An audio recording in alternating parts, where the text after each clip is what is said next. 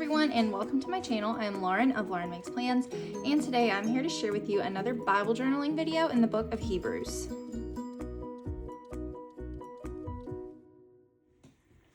So we're moving pretty quickly through Hebrews. I have been using the Bible study workbook Better by Jen Wilkin to go through the book of Hebrews on my own for the last half of the summer, and I'm trying to get through it quicker than what most people probably would, because it's a 10-week study, and I've actually probably been doing it for a little longer than 10 weeks, but you know, things got hectic and, you know, trying to pace myself going on my own and whatever. But my ladies Bible study group is starting a brand new study next week. And, well, probably actually this week, the week that you're watching this. And I'm trying to get through with Hebrews so that way I can put all of my focus in on the new one that we're about to start.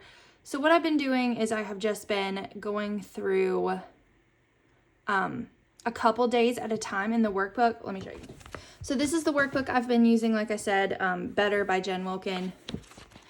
And each week is laid out like this. This is currently where I am on week 9 out of 10. And there's day 1, day 2, so on and so forth through day 5. And then there's a wrap up, and then you watch the teaching video. But instead of just doing one of these pages, I've been doing a couple pages a day. So I'll either do one in the morning or one at night or 2 at the same time, depending on how many questions they have and how much time I have to do it. Sometimes I'm doing 2 in the morning and 2 at night and can almost get through a whole week in one day. So I'm not like rushing through it, like not paying attention to what's going on. I'm just spending longer each day doing it, because one of these pages might take you 20 or 30 minutes. So instead of spending 20, 30 minutes doing this at a time, I'm spending maybe an hour at a time, if that makes sense. So I'm trying to get through it fairly quickly, because our next study that we're actually about to start, which I'll probably have some videos of as well, like journaling videos of when we start it later. I'm so excited about it. Just because I'm excited about it, I'll give you a sneak peek. We are starting Revelation by Jen Wilkin. I'm so excited about this one. If you watched my summer book haul video, it kind of gives you a little overview kind of this one. But I'm super excited about this one. I do like this one because it does have the pages that's like for each day, but it's not specifically day 1, 2, 3, 4, 5. So that way, if I do want to do, if someone wanted to do like what I'm doing with Hebrews and do more than one of these in a day, you could, because it doesn't specifically say day 1 through 5, if that makes sense. But this is what we're starting like in less than a week from when I'm filming.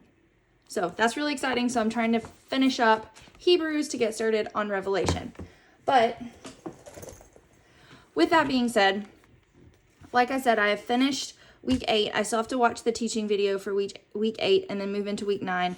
But where I'm at right now, I've got a couple chapters to catch up on my journaling notes. And before I get even more notes from week 8, I want to go ahead and put some of the ones that I already have in my Bible. So I have journaled up through chapter 7. So I have notes for chapter 8. And I believe I have notes for chapter 9. Let's just check and see. Yes, so I have notes for chapters 8 and 9 already. I just have to move those into my Bible, and then I will watch the teaching video, because I've already worked through chapter 10 on my own through the workbook, and I have to watch the video for chapter 10, and then I will have week 9, which is all chapter 11, and then week 10, which is chapters 12 and 13, and I'll be done with Hebrews, which is so exciting. I have loved this book so much. It has been super helpful, super enlightening. I've just really loved the learning process through this book. Really recommend this study. But with all of that being said, let's jump into Hebrews chapter 8. So I have all of my normal things. I have my Micron 03, which is what I prefer to write in my Bible with. And then I have the Mr. Pen Black Multiliner, which is basically a Micron, but this one is a 01, so it's a much finer tip than a 03. And I think it's too fine for actually like writing notes in here, but for a lot of the lettering I do, like this outlining and stuff, it's a really good point for that because it's not too bulky. So I have both of those. I have my Tombow brush pen that I can't pronounce that honestly I can't really go anywhere without. I use this one like crazy. I've actually gone through a bunch of these this year because I use them so much. I wear the tips out really, really fast. And then I have my Hebrews color scheme, which is they are the Erin Condren dual tip highlighters that released in the spring. I think most of these came from the Bold Blooms pack. I know at least one of them came from Canvas. One of them may have come from Evolve. Honestly, I don't remember what packs they're all from, but several people have been asking me either on YouTube or TikTok what the colors are, and I can tell you that because EC did finally start printing the colors, the names of the colors on the marker. So I can tell you what colors they are. So this one is terracotta. This one is marigold, which I'm pretty sure both of those came from Bold Blooms. This is sand, which came from Canvas. And this is peach, which I actually think might have come from the Evolve pack. I thought it came from Bold Blooms, but I think it might have come from the Evolve pack. I'm not completely sure which pack this one came from, but this is peach. So that's what I have, and we're gonna get started in Hebrews chapter 8. All right, so it kind of takes me a minute usually to get started with this. There's a lot of editing that goes into these videos that you probably, hopefully can't tell a whole lot about. It takes me probably at least an hour to film these videos, and I try to get them down to around 30 minutes.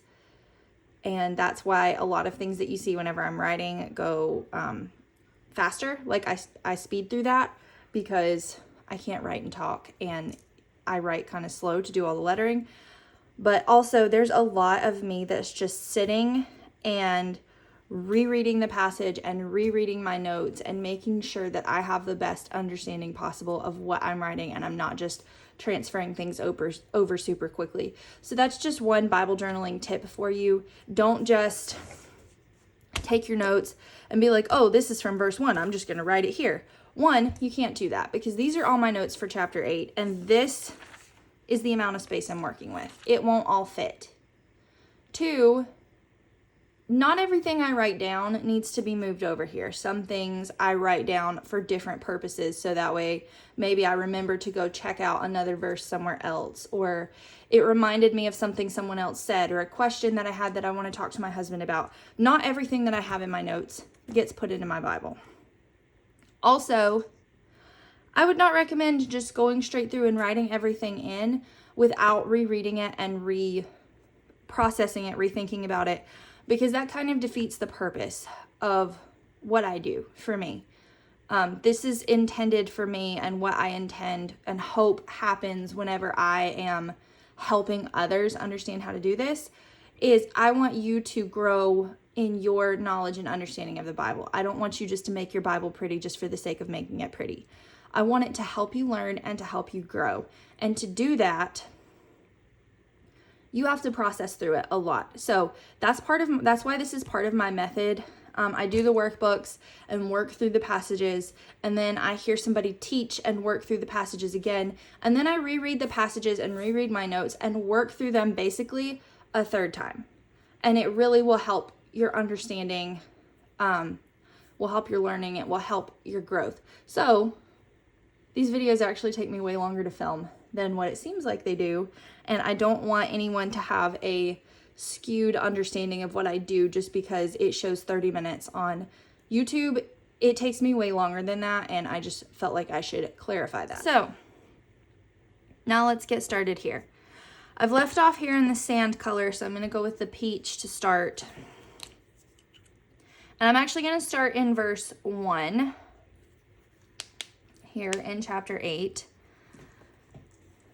And I'm a little self-conscious about my highlighting habits now because Casey, my husband, he watched a couple of my TikTok videos and he watched me highlight stuff and he was like, you highlight everything backwards. was like, I'm left-handed, so I highlight from right to left, not left to right. And then he watched again and he was like, you do it both ways. And then I watched the video, and in that video I was highlighting both ways, and now I'm overthinking how I highlight, and I kind of hate him for putting that in my head. So thanks for that. That's just fantastic husband support. I'm just kidding. But for real, I overthink it now because he said something about it. Now you're going to overthink it and watch me highlight too. It'll be great.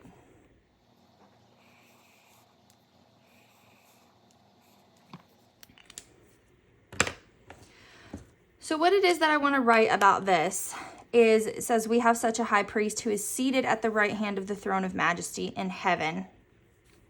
And I'm actually going to go ahead and highlight verse 2. It says, a minister in the holy places, in the true tent that the Lord set up, not man.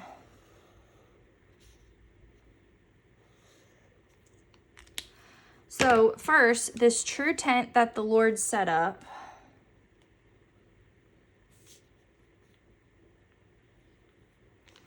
would be, it's a reference to the tabernacle in the Old Testament, but the tabernacle in the Old Testament is the tent that man set up. So what, and it talks about this later in this chapter, that, I think it's later in this chapter, I'm a few chapters ahead, so it talks about it somewhere in Hebrews that I have studied recently, that the tent that was set up by man, which was the tabernacle in the wilderness and then later the temple, was a shadow and a copy of things, of heavenly things. So whenever it talks about in Exodus, when Moses is up on the mountain and the Lord is giving him the law and the 10 commandments, which is really pretty much all that anybody ever talks about in churches, but he also gave him the design and layout and building instructions for the tabernacle and for every piece of furniture in the tabernacle, including the Ark of the Covenant, the altar of incense, the lampstand, the table for the bread, the curtains, the outer court, the altar, all of it. The Lord gave Moses the instructions for building all of that. And what that is intended to be is a shadow and a copy of heavenly things. So it kind of insinuates that there is, and that's what this is insinuating, the true tent. Okay, so it says that he's seated at the right hand of the throne of majesty in heaven in the true tent that the Lord set up. So that would insinuate that Jesus Christ is sitting at the right hand of the Father in the true tent that the Lord set up. So he's sitting in the true version of the tabernacle, of the temple, that the earthly one that Moses built, what Jesus is sitting in is the original, and Moses had the copy, if that makes sense. Hopefully that makes sense. So that's what this is talking about here. So this true tent that the Lord set up, not man, that's reference to Jesus sitting at the right hand of the Father in heaven, in the place that is what the Old Testament tabernacle was pointing to. So that's kind of what that is. So I just wanted to kind of underline that. I don't think I have room to write all that out, and I have done a deep study of Exodus, so I know kind of what that is talking about, so I'm not going to write a whole lot about it, but I did want to kind of pull it out so that way when I read back through this, I see, oh, I underlined that. That is, we don't want to forget that that's what that is pointing back to. That's making sense. So what I actually wanted to write about this is that Jesus is seated at the right hand of the throne of majesty in heaven. So what I have written about this, and I'll explain it to you, and then I'm going to write it, and this is going to stop being such a chatty video because it's already been 15 minutes of filming, and here we are.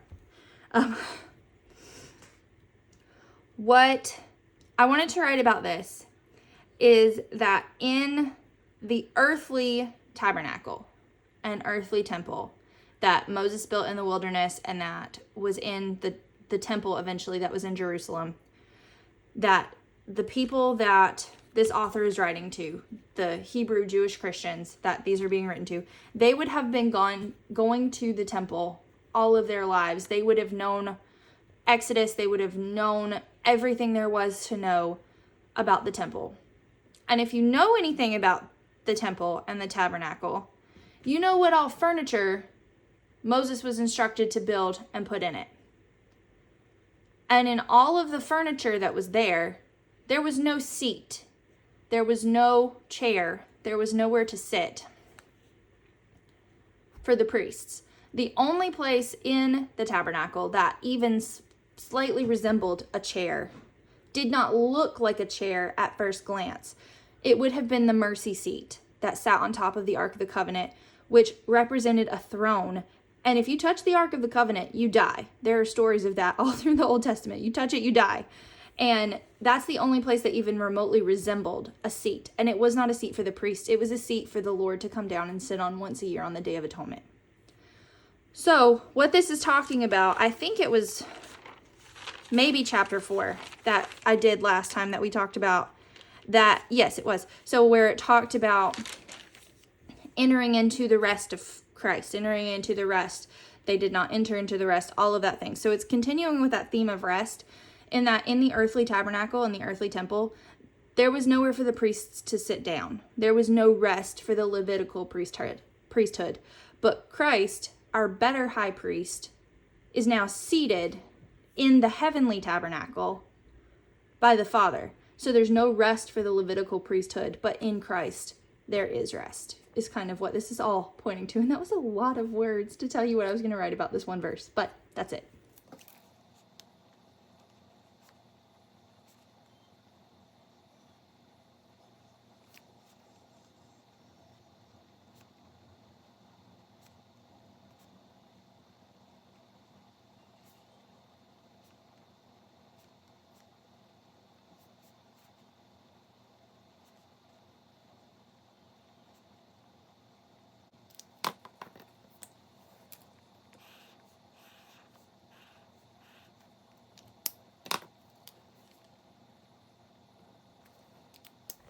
Okay. Rest in Christ, seated in the heavenly tabernacle. We're good. So then I have written just kind of a little overview of verses 1 through 7, which she talked about a little more in depth, but really what I guess seemed to me was the main idea of that, because that's the only thing I have written for verses 1 through 7 other than this, is that the author wants them to know that the things that they as Jewish Christians have held dear and clung to, and the things that they are very tempted to return to because it's what they've always known in Judaism, are just the very first whispers of a truth that is so much bigger and so much better than anything that they had ever imagined. It goes so much bigger and so much deeper than what they realize that it does. It's bigger than temple sacrifices and all the things that they know and are very tempted to continue to run back to. So that's kind of what I have for the next few verses. So I'm going to kind of highlight that, write that note over here in the side, and then we'll come back and talk about verses 8 through 10.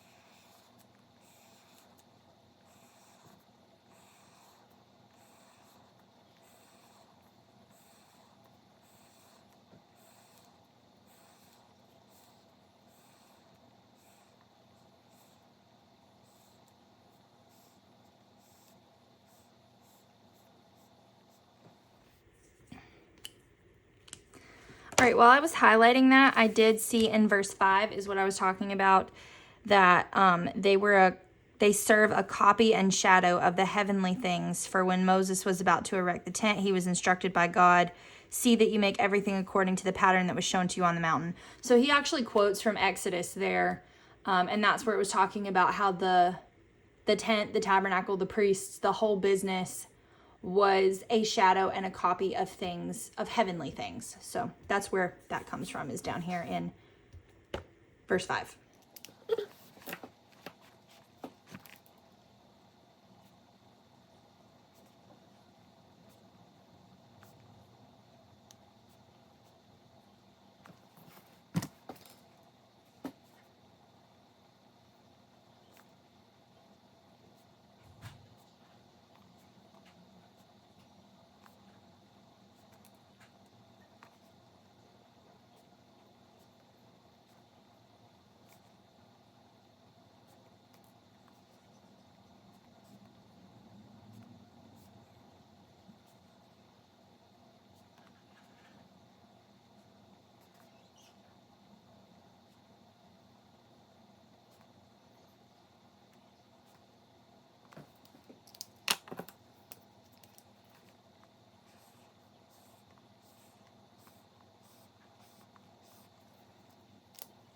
All right, so moving on to verse 8.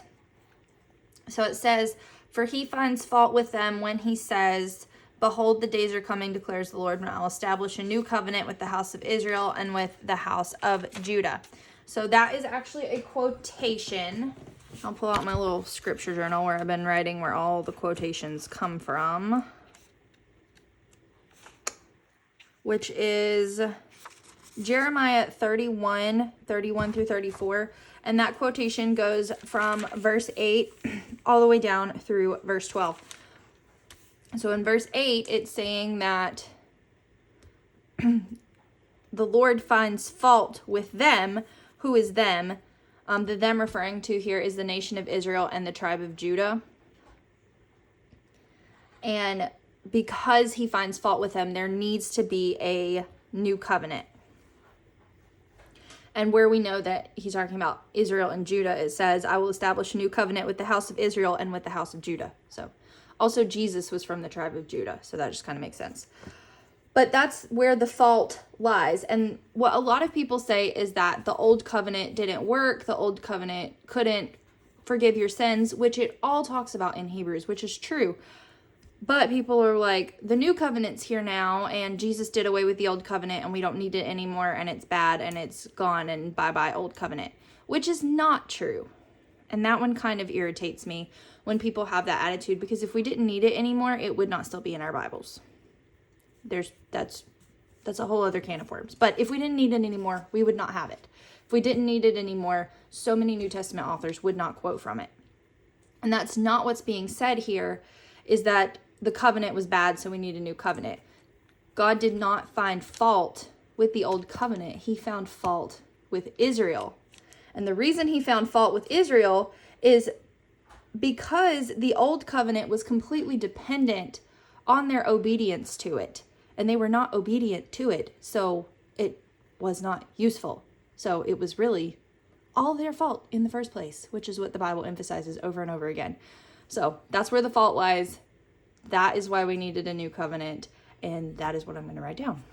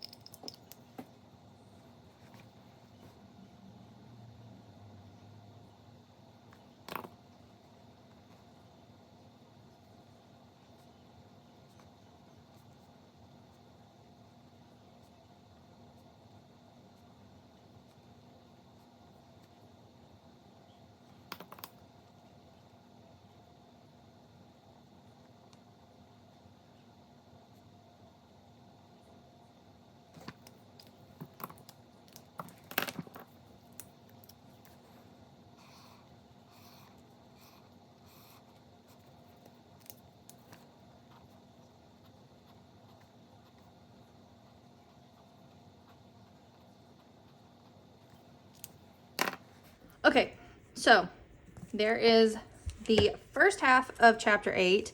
Loving how this page is turning out. This looks so good. Which, like I said, the point is not how it looks, but I do enjoy it being aesthetically pleasing. So the main purpose is functional learning. The minor purpose is aesthetics. And I'm liking this a lot. Moving on to the second half of chapter 8. And before we do that, it's not often that in a video I actually turn the page and you get to see a whole blank brand new page. And a lot of people ask how my highlighters and pens do on the backs of pages. So this is your perfect chance to see it. This is what a page looks like before I write anything on it.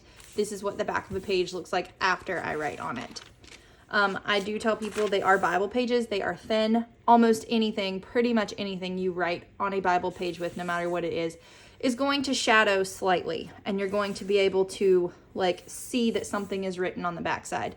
Nothing full on bleeds though. Like this is where I highlighted the whole big chunk of brown right here. And that's a dark color. You would think that there would be like brown bleed through on the other side. And there's not. You can tell that something has been marked there, but it's not like, oh my gosh, I can't even read those words because the brown's bleeding through. It's not, that's not what it is. So this is what the back of a page looks like after I've written on it, even in dark colors. And then it actually even gets better because see on this side, you can barely even see the stuff on the other side because the more you write on it, the more it covers it up. So side note, this is the back of a page that's been written on. There's no bleed through. All right, so the last color we used was yellow. So we're going with the sand, but I don't actually know what we're writing yet. Give me a moment. All right, so verse 10, this is also quoting from Jeremiah, but it's all important. Otherwise, the author of Hebrews would not have put it here. So I'm going to highlight verse 10.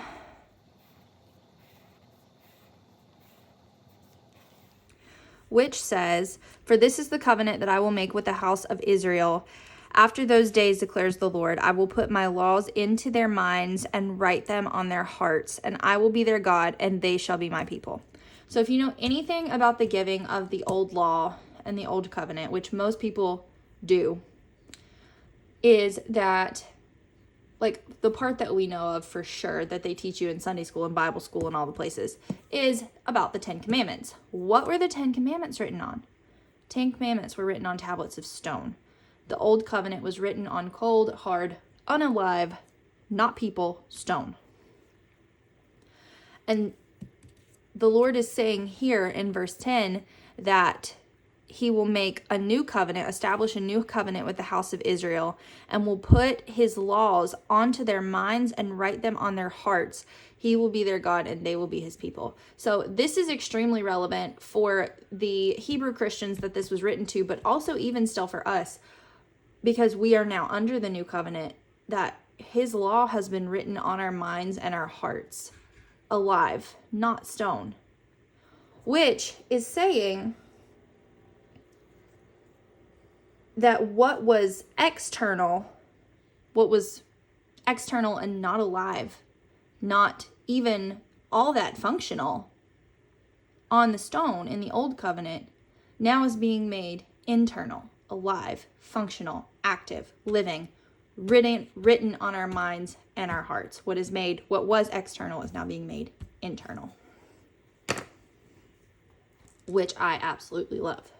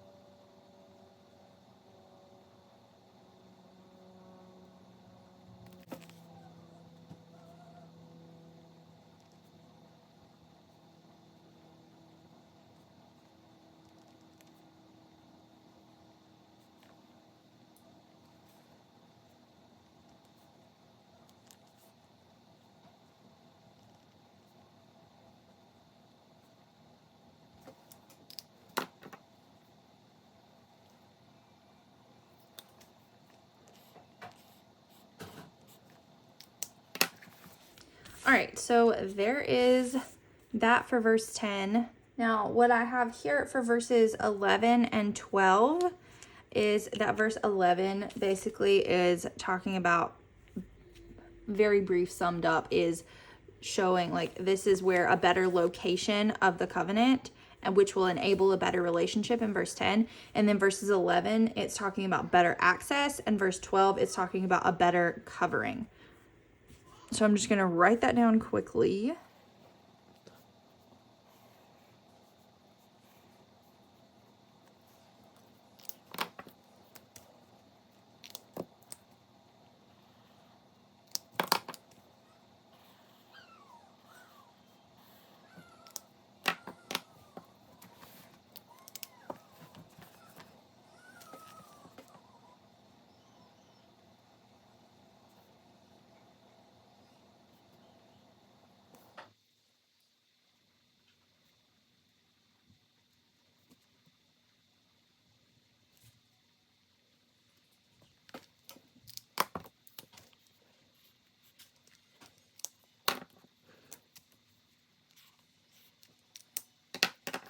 Okay, so verse 13, which is the last verse of chapter 8, but it's a big one.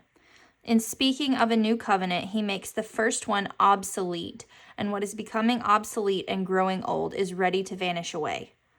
Those are hard words for the original Hebrew audience to hear. I mean, they're hard words for us to hear in some ways, but it was really hard words for the original Hebrew audience of this book to hear, because he's talking about everything that they have ever known, their entire way of life, their entire religious system that they grew up with. They probably still have family members and friends that are in it that think that they're crazy for going Christian and following Jesus. But it's saying that the old covenant, everything you know and love, it's obsolete. And what is obsolete and growing old is ready to vanish away. And I have the definition of the word obsolete here, which I'm going to write down, which means no longer used because it's been replaced. Everything you know and love, it's not of use to me anymore. It's not useful to you anymore because it's been replaced. And it's old and it's ready to vanish away. Like, what? Which basically the overall message of this verse is to just let it go, which is, it's very compassionate to them to tell them to let it go in general, because like you're holding on to things that you don't have to hold on to anymore. And like, I know that these are hard words for you to hear, but they're the words that are going to help you best. Kind of like a parent telling a kid, like, whenever your child has done something wrong, or you're having to tell your child something sad or something they're not going to like, you don't tell it to them in a hard, mean way. You tell it to them in a compassionate way, but still speaking the truth to them. And that's what's happening here in this verse. And what's crazy is what is believed, it's unknown when this book was written, but it is believed to have been written somewhere around 65 AD, prior to the temple destruction in 70 AD. And in that temple destruction, everything was lost. Like the priesthood and the sacrifices pretty much all stopped in 70 AD because the temple was completely destroyed. They lost all their records and they don't know who came from what tribe. They cannot have priests anymore because they don't know who came from what. They don't know who are Levites anymore. And it's been that way from 70 AD on into today. And so the author is telling them, just let it go. It's time to move on. We have a new covenant. It's better. This is why. We have a better high priest. It's Jesus. This is why. And it's time to let it go and move on from it, which is extremely relevant because assuming this was written around 75 AD, they're within 5 years of the temple being completely destroyed and actually vanishing away, and they don't know it. So this is a very timely, very relevant, very compassionate way to tell them this before literally their entire world, the entire Jewish system, the entire world of Judaism comes crashing down with the destruction of their temple in Jerusalem. So that was a lot of words. I'm going to write it now.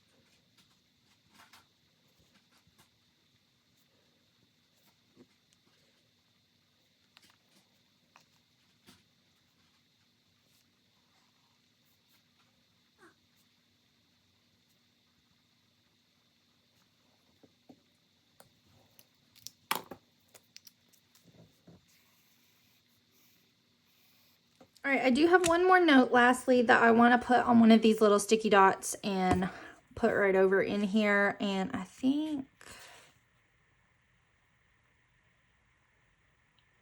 maybe we'll go with this one, which is that the new covenant, which is grounded in the eternal finished work of Christ, will never be obsolete.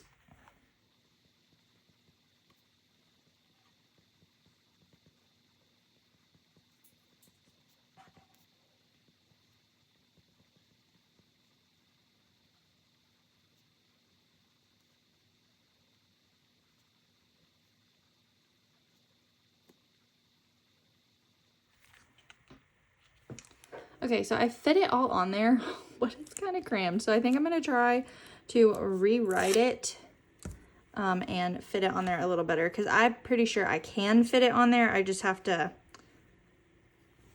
reconfigure.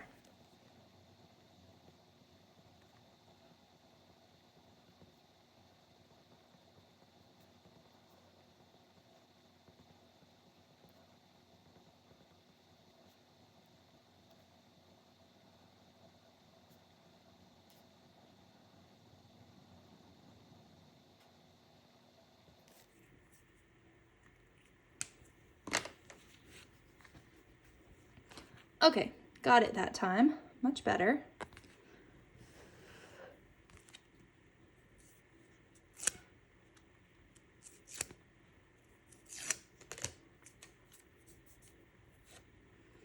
And a lot of times what I do with these sticky notes, especially the bigger ones, they are super sticky, which is good. But sometimes if you want to move them for any reason, it's kind of hard to pull them off. I'm afraid I'm going to rip my pages, and then they leave kind of a sticky residue on the page.